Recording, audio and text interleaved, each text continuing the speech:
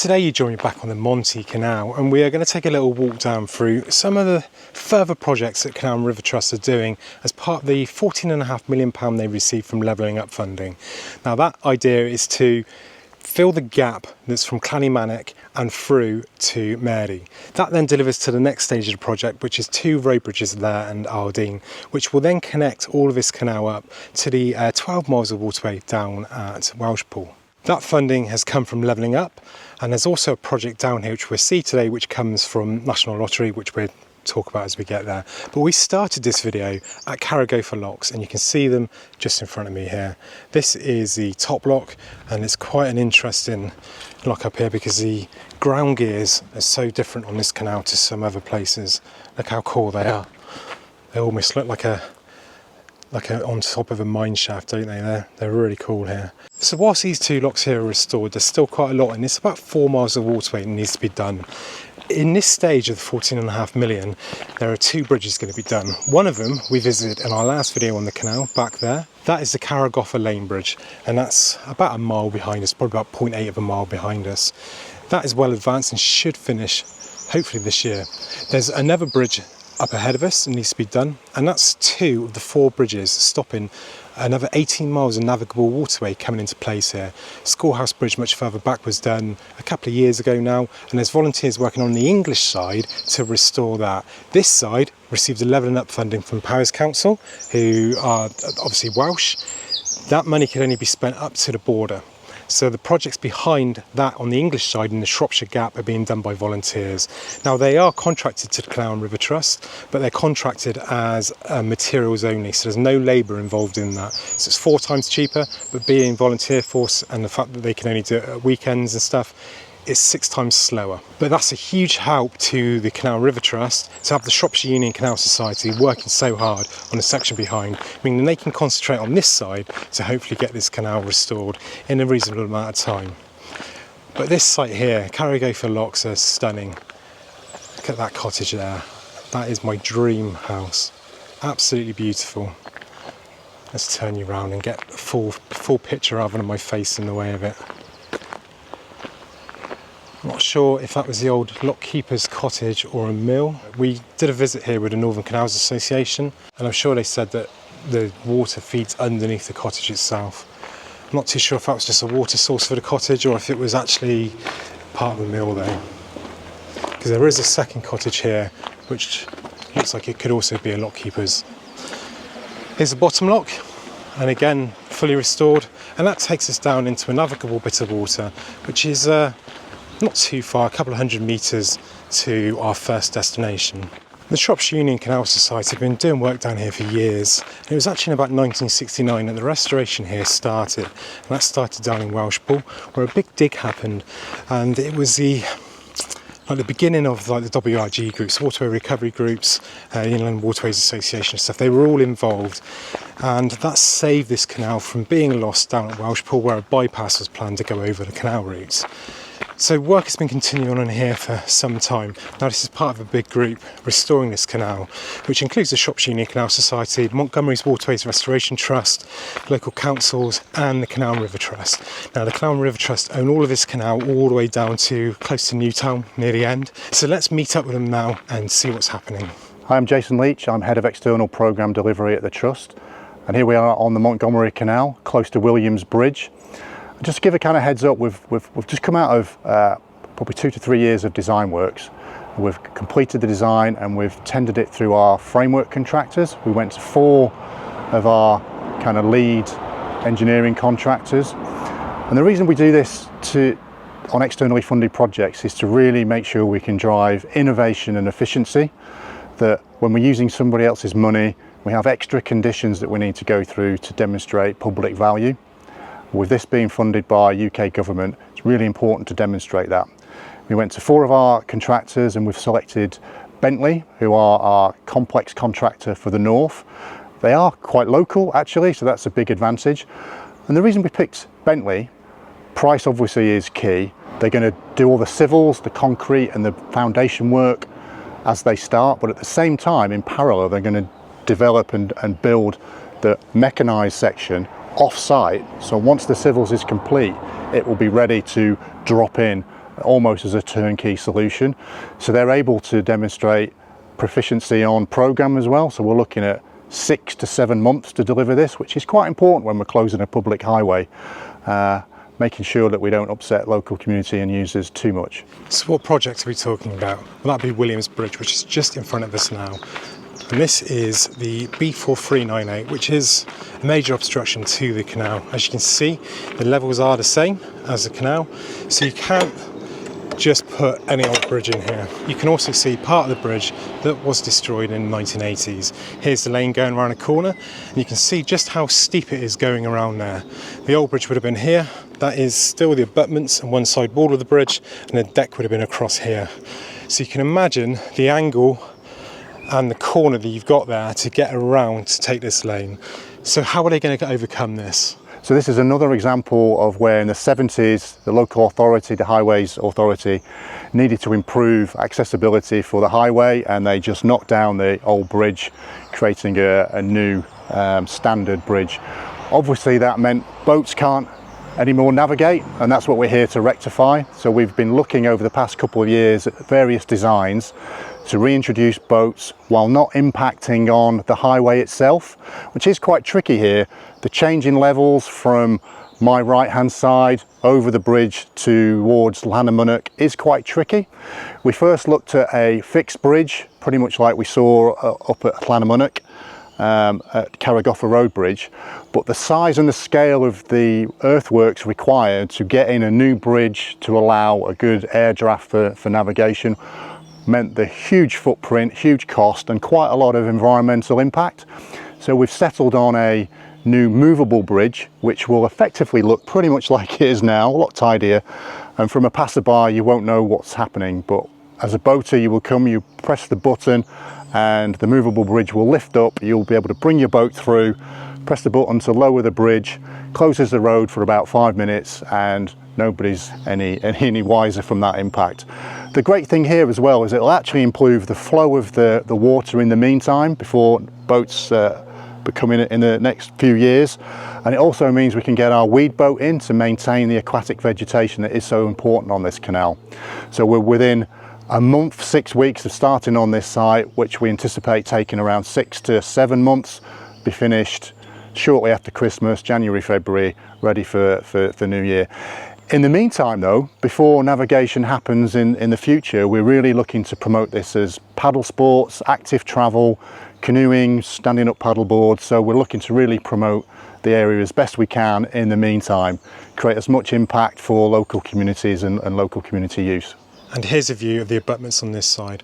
Now the best way to describe this bridge is the Grimshaw Lane Bridge on the Rochdale Canal, which is picked up by 4 hydraulic cylinders. This bridge is going to be very similar, but it needs some changes. So it's only going to be the width of the carriageway over the canal. So it's going to be a very short span lift bridge at a slight angle, which you won't notice, going across this road. One of the problems they have with the Grimshaw Road Bridge is they can't get to the hydraulics underneath to repair them. So there is going to be access to those underneath the bridge. So it's going to be slightly different. They're going to use an orthotropic steel deck, which is very, very thin and very, very light. So it means it can be lifted up, and it's going to be kept to that road gradient.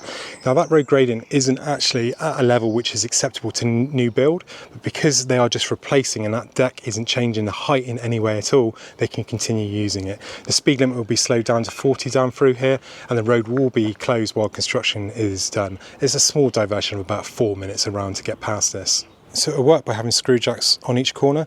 They're electrically driven and mounted on gimbals and connected in pairs by drive shafts.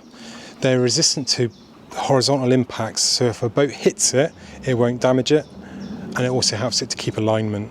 Those gimbals will allow a slight bit of movement without causing any issues to the deck.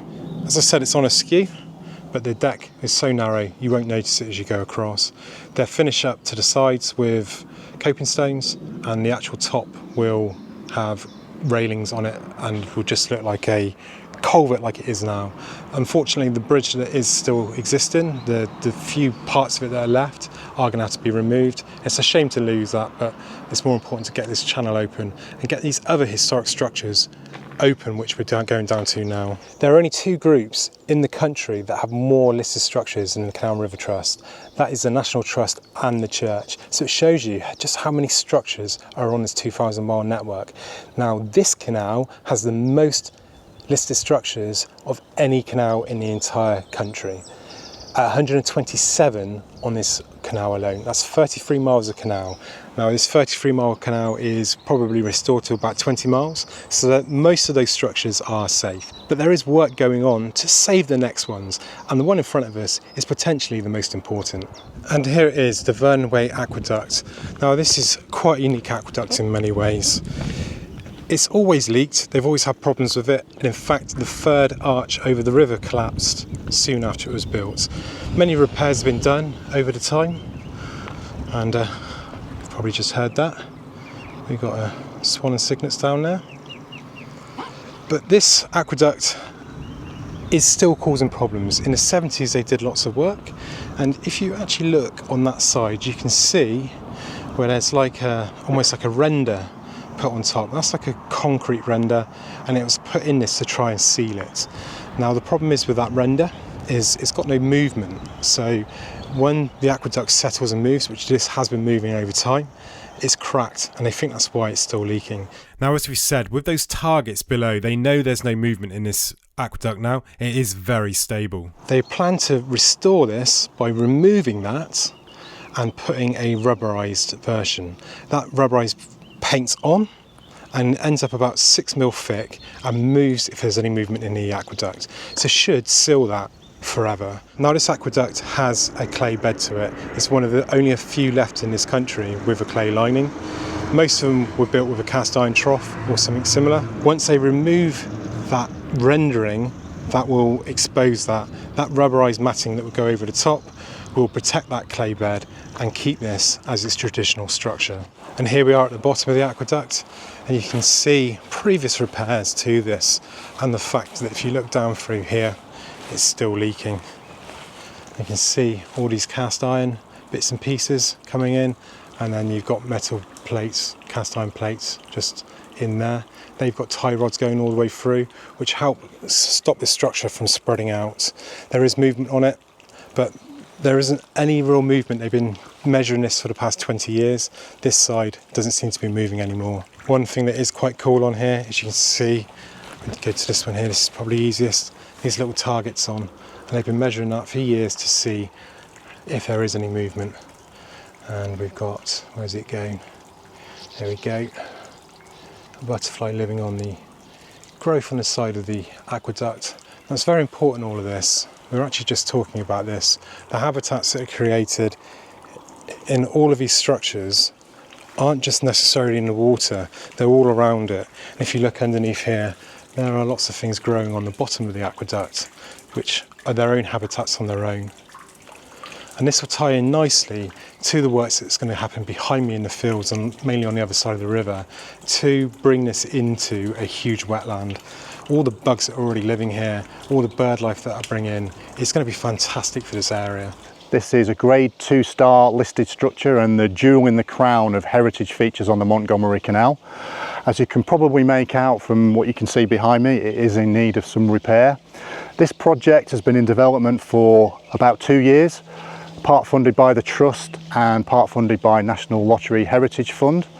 We're now coming to the end of that development phase, so we've got a good plan of the works we want to undertake on the structure. We'll be submitting the bids to Lottery in the autumn, and hopefully sort of over Christmas into the new year we'll find out whether we're successful. The works that we're looking to do is sort of split into 3 or 4 chunks. The first one is resolving the leaks. The channel that takes the boats over has suffered from some leakage, which has caused some voids. So the first thing we want to do is dewater and repair the structure and repair those leaks. Once that's done, we'll move down to start to repair the arches and the stone masonry. We'll also be doing some grouting to fill some of the voids that have been created. The final two bits are the pointing and masonry work, which we'll be doing in a very sensitive way because it's such a listed structure. We also have bats in the structure as well. We think we've got at least 3 species of bats, and there may well be a maternity roost, which will take some care and attention to make sure that we deal with those in an appropriate way. We will also be doing some pinning. You'll notice some of the metal patras plates that were done very soon after the original structure was built. We're going to be introducing another 6 of those just to make sure the structure doesn't move anymore, to be very precautionary. And then the final job will be sort of extracting everything, doing some signage and interpretation, because this was one of the projects that we really want to bring the local community involved as well, to showcase it as a local feature, sell it as a tourist attraction and get the most out of it for the local community. And the key for us here is balancing heritage, the environment and the funding and the people all in one project.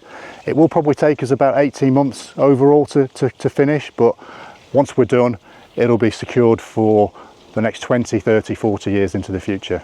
So let's pop back to the top where we can see across to where the nature reserve is going to go and get a bit more info about that. So we're on the Vyrnwy Aqueduct over the River Vyrnwy, and just over my right shoulder is the area where we're going to be starting work very soon to create a new nature reserve. And this is quite a different nature reserve. It will be connected to the river. It's recreating some back channels that were identified during the investigation works that were paleo channels that historically, perhaps thousands of years ago, where the river was in a different location. So we're looking to recreate those to maximise environmental benefit, particularly for rare aquatic plants. We know floating water plantain is in the River Vyrnwy, it's in the canal, and we're looking to recreate 2 or 3 hectares of open water that's connected with the river to sustain that plant into the future, to give it a great new opportunity to colonise. So it's really important to the restoration is to make sure we get the ecology, the environmental considerations right in advance of future navigation once the other major works are done. So this nature reserve is going to be over 36 acres. 30 acres are in the floodplain, and that will contain sandbars, gravel islands and more. As with all wetlands, it will flood and dry naturally with flood patterns, and there's going to be about 4 hectares of water space. So the work and design for the nature reserve has been ongoing for a couple of years now, and we've used a company called Dynamic Rivers, specialist in designing environmental improvements, river restoration and aquatic habitat creation. So really well positioned to bring all their knowledge and experience to do something that the Trust don't do that often. They've been involved quite heavily with Ebsford Environmental, one of our framework contract dredgers, who are also very specialist, particularly working on the Montgomery Canal, understanding all the environmental considerations. So great design, integrated with a great contractor who's experienced in working in these more unusual environments for the Trust, have come together to get us to where we are now.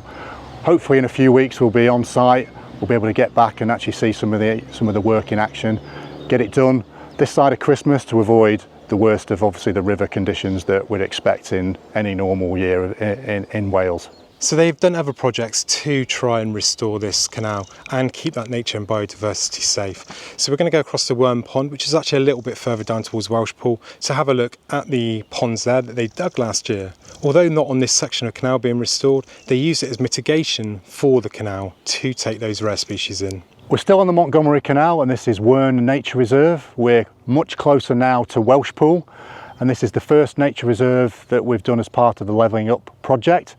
This is a 3 hectare site that we purchased from Powys County Council, and we've delivered about 1 hectare of open water. So what we're trying to do here is create a more traditional nature reserve, broadly similar to the ones we've built recently in England, to provide the premium habitat for floating water plantain. We've worked with local stakeholders, some ecological specialists, to get the design as close to the preferred habitat for this plant.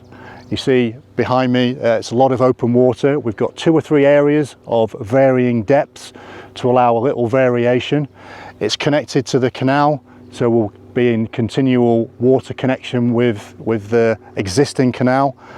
It's accessible to our weed boat, so in 5 to 10 years when we need to come in to do some dredging to improve the habitat in the future, then we'll be able to do that as well. So from an aquatic plant perspective, it's going to be really ideal for that. But bigger than that, We're in 2 hectares of terrestrial land as well, that we've done some hydro seeding. So literally 6 months ago this was bare soil. We've hydro seeded it with a local wildflower mix to recreate valuable habitats in the catchment. We've done some specific tree planting as well with locally native species. So in a few years we'll start to manage this as a real important wildlife site, which will help the county do more for its biodiversity that is under such threat these days. Nature is such an important part of our canal network, not just for the biodiversity that it offers, but it's also good for people that are using it. It improves your mental health walking through these areas.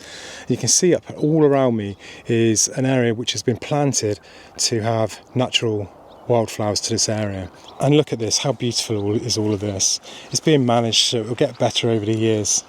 And it's just something we've missed in this country for so long. I remember years ago driving around, 20 years ago or more when I first started driving, and you'd go on a long trip and your car would be covered in bug splats all over the windscreen, and that disappeared. And that wasn't because bugs learnt how to dodge cars, it was because we killed so much of our wildflower. All the verges were gone, everything was gone, everything was mowed and kept back. Those bugs had nowhere to thrive. This project is fighting against that. And it's one of the many projects across the country by various different groups that are leading the way in trying to restore nature. And I want to give shout outs to channels like Leave Curious, who I watch all the time, and it's fantastic. Please drop him a sub. He won't be linked in this, he doesn't know me. We need more as a community to push our councils to do stuff like this. Canal and River Trust are already doing it, and they need your support to continue it. So please do support the trust where you can. Join up as a friend if you can, give donations if you can, and help support future projects like this. So let's look at this site then. Behind me is this nature reserve, and it's different to the one we started at.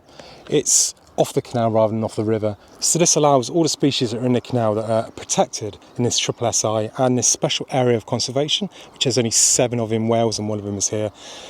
That allows them to move into here and create more habitat and save that species. Rather than just restoring the canal and losing that, they're working with all the relevant agencies to improve this whole area and to keep it as both a SSSI and an SAC. So thank you to Canal and River Trust for taking me on this tour today. It's been incredible to get all the insights from Jason as we've gone around. He's given me all the history and the tour of this. It's been brilliant to see. People like him are just so dedicated to the work they do here, so please do support them if you can. Thank you so much yet again, and let's see more of this in the future. Thanks for watching, have a great day.